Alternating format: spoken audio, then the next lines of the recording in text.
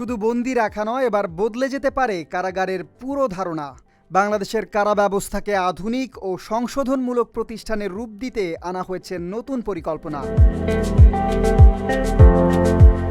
দেশের কারাগারগুলোতে বর্তমানে ধারণ ক্ষমতার দ্বিগুণেরও বেশি বন্দির চাপ সামলাতে একগুচ্ছ পরিকল্পনা হাতে নিয়েছে কারা অধিদপ্তর। এই লক্ষ্যে স্বরাষ্ট্র মন্ত্রণালয়ে স্বল্প, মধ্য ও দীর্ঘমেয়াদী প্রস্তাব পাঠানো হয়েছে। সবচেয়ে আলোচিত প্রস্তাব হলো বাংলাদেশ জেলের নাম পরিবর্তন করে Bangladesh custodial and correction service রাখা, পাশাপাশি নতুন আইন প্রণয়ন এবং ১৫০০টি নতুন পদ সৃষ্টির প্রস্তাবও দেওয়া হয়েছে। AKS অর্জন করল গিনেস ওয়ার্ল্ড রেকর্ডস।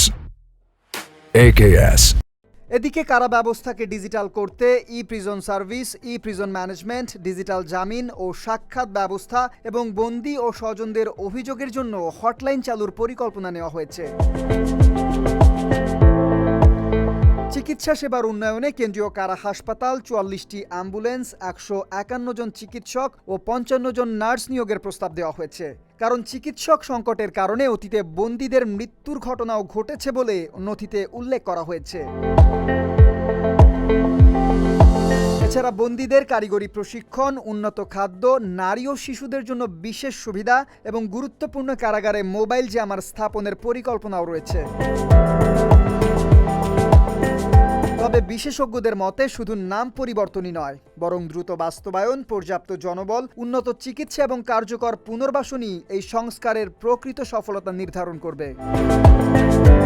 কামরান তুষার, ডেস্ক রিপোর্ট, ঢাকা পোস্ট।